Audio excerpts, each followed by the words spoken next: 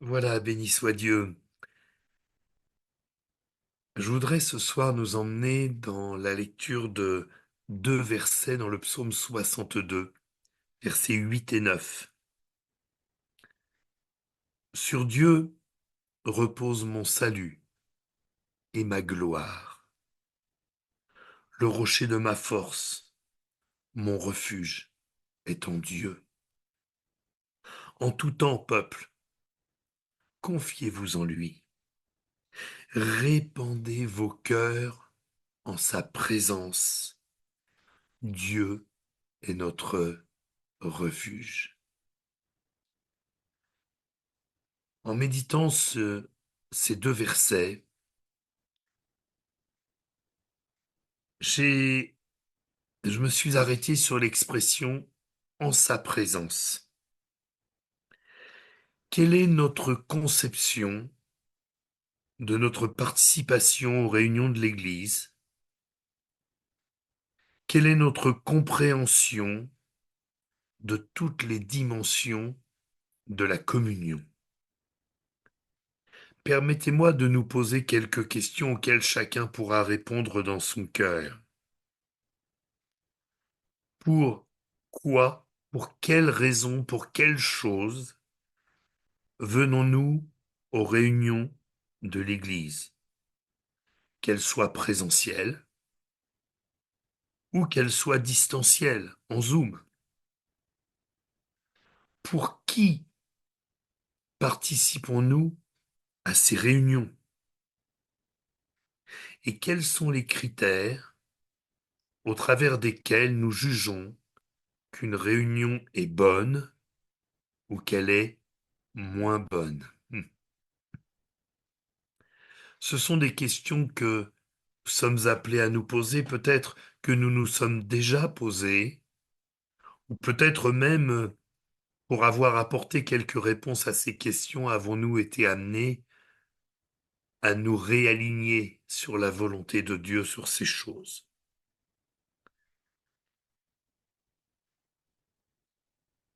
Déjà, pour quelles raisons nous réunissons-nous? Paul écrivait aux Corinthiens que ce qu'ils ne louaient pas chez eux, c'est que quand ils s'assemblaient, ça n'était pas pour devenir meilleur, mais pour devenir pire. Waouh! Alors je n'imagine pas que les chrétiens de Montauban puissent se réunir pour devenir pire. Mais en tout cas, pour certains des Corinthiens, parce que je n'imagine pas non plus que tous les Corinthiens avaient cette mentalité-là, eh bien, ils se réunissaient pour critiquer, pour contester et pour trouver des sujets d'opposition. Il est évident que si nous venons aux réunions pour cette raison-là, nous faisons fausse route. D'autres viennent pour une guérison, pour eux, pour un de leurs proches.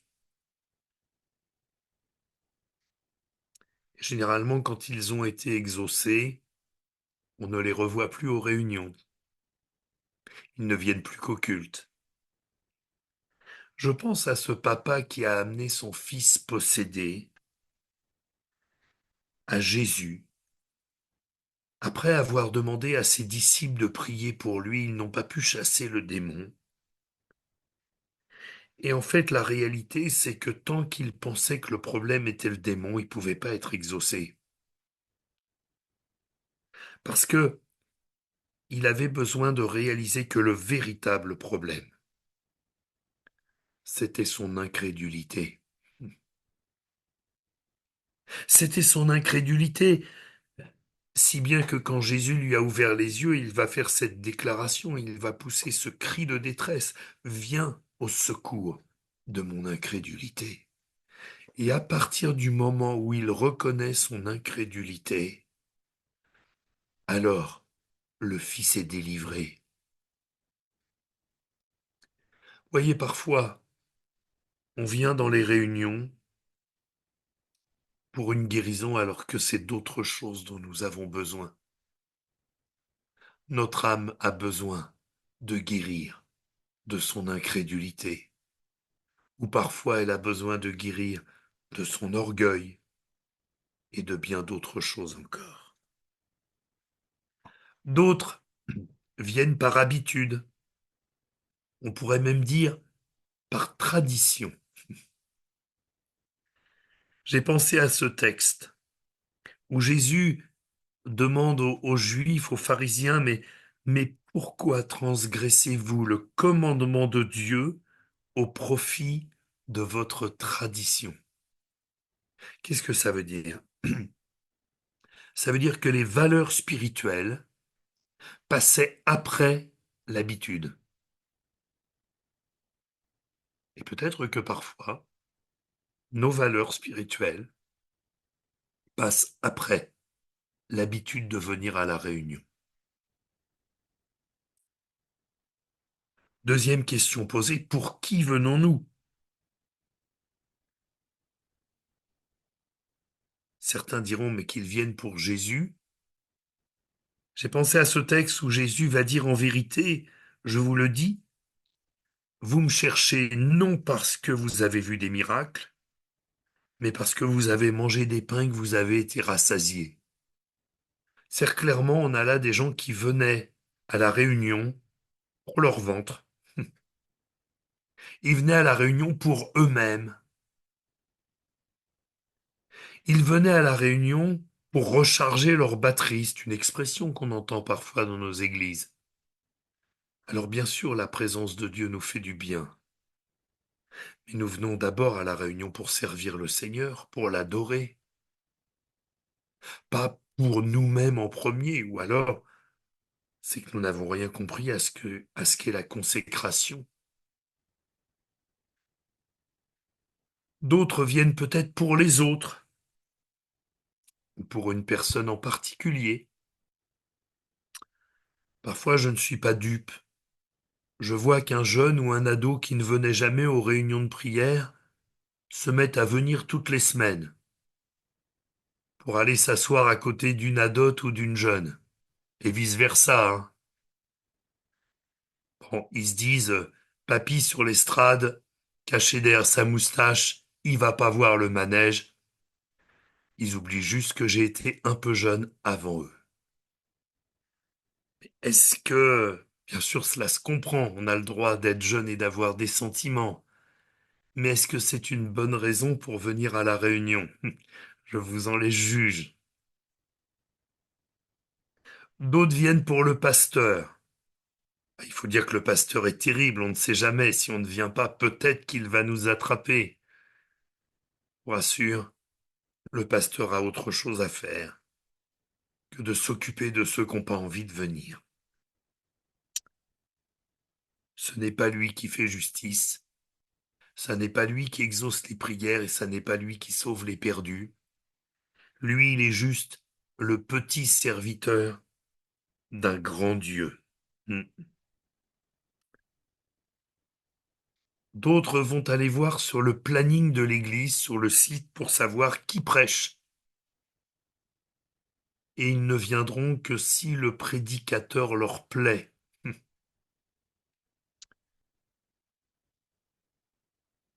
On a un cas comme ça dans l'Ancien Testament.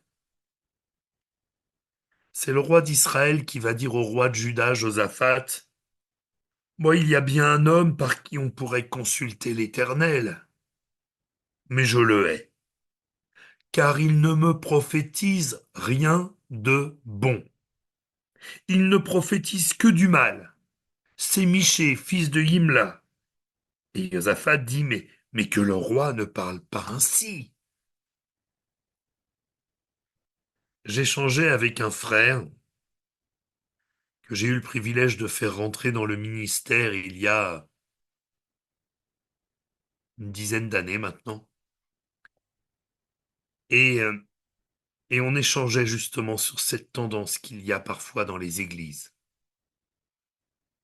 où dès qu'il y a une prédication qui rabote un peu trop, on vient voir le pasteur en disant, mais tu es culpabilisant. Et en réalité, on n'accepte plus d'être repris. Donc on va choisir de venir plutôt dans des réunions où le pasteur prêche dans le sens du poil, si vous me passez cette expression familière, où on sait que le pasteur ne va pas aborder les sujets un peu sensibles, où on sait que le pasteur n'osera pas dénoncer le péché, quel qu'il soit, ou les comportements, quels qu'ils soient. Et pardonnez-moi, mais c'est un comportement stupide. Parce que c'est parce que le Seigneur nous aime qu'il nous reprend. Et je bénis Dieu pour les serviteurs de Dieu qui ont encore le courage d'évoquer les sujets sensibles, qui ont encore le courage de dénoncer le péché, de dire que tant qu'on n'est pas marié, on n'a pas de sexualité, de dire que tant que... je donne cet exemple, c'est un au milieu de tant d'autres. Ça veut dire quoi? Ça veut dire que l'on baisse le niveau dans nos églises. On tolère les choses. Je ne parle pas de couples qui étaient déjà ensemble et qui rencontrent le Seigneur, c'est autre chose. Je parle de nos jeunes. Bah, des fois, c'est nos vieux. Euh, on tolère. Un petit mensonge, c'est pas très grave. Une petite cuite le samedi soir, c'est pas très grave du moment que le dimanche matin on est là à l'heure du culte. C'est juste oublier un peu vite qu'aucun débauché et qu'aucun menteur ne rentrera dans le ciel de Dieu. Et si nous, pasteurs, nous n'avertissons pas de ces choses, nous sommes de mauvais bergers. De mauvais bergers. Alors, comment sait-on si une réunion a été réussie? Je vais peut-être vous choquer. Ce ne sera pas la première ni la dernière fois. C'est pas parce qu'il y a eu des baptêmes dans le Saint-Esprit qu'une réunion est réussie. Ce n'est pas parce qu'il y a eu des conversions qu'une réunion est réussie. Ça n'est pas parce qu'il y a eu des miracles qu'une réunion est réussie. Ne vous méprenez pas. J'aime les miracles, j'aime les conversions et j'aime les baptêmes dans le Saint-Esprit. Une réunion n'est réussie que quand c'est un moment où nous entrons dans sa présence. Véritablement, en prenant conscience. Souvenez-vous de ce que disait Job. Mon oreille avait entendu parler de toi, mais maintenant mon œil t'a vu. Maintenant j'ai vraiment réalisé qui tu es. Et je termine en citant ce texte de Matthieu 6, 33. Cherchez premièrement le royaume de Dieu et sa justice. Et toutes ces choses vous seront données par-dessus. Ce soir, avec vous, j'ai envie de chercher le royaume de Dieu, j'ai envie d'être dans sa présence.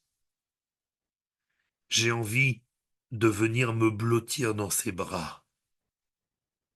J'ai envie de réaliser tout à nouveau que je suis le temple du Saint-Esprit. J'ai envie tout à nouveau de contempler la croix et que mon âme comprenne une fois de plus qu'elle n'a d'autre mérite que d'avoir cru en celui qui a donné sa vie pour elle. J'ai envie d'être dans la présence de mon Dieu. Et le reste me sera donné par-dessus. Il y aura des baptêmes dans le Saint-Esprit, des miracles, des conversions en réponse à nos prières. Mais premièrement, nous aurons été dans sa présence. C'est ce que je vous souhaite, c'est ce que je me souhaite pour ce moment, mais pour chaque jour que Dieu fait, pour chacune de nos réunions. Réaliser que nous ne venons pas pour prendre, mais pour nous offrir à lui. Réaliser qu'il est là à partir du moment où nous ne sommes pas dans la revendication, mais dans l'offrande. Que son nom soit béni. Prions le Seigneur. Jésus, ce soir, ô mon Dieu,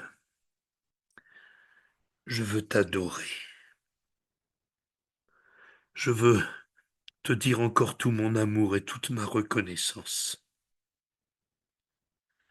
Et Seigneur, je viens encore m'offrir à toi comme une offrande, que je veux être de bonne odeur pour toi, une offrande totale, sans rien retenir, une offrande qui veut être portée dans ta présence, qui veut s'élever vers toi, toi le roi des rois, le Seigneur des seigneurs. Je veux te dire, Seigneur,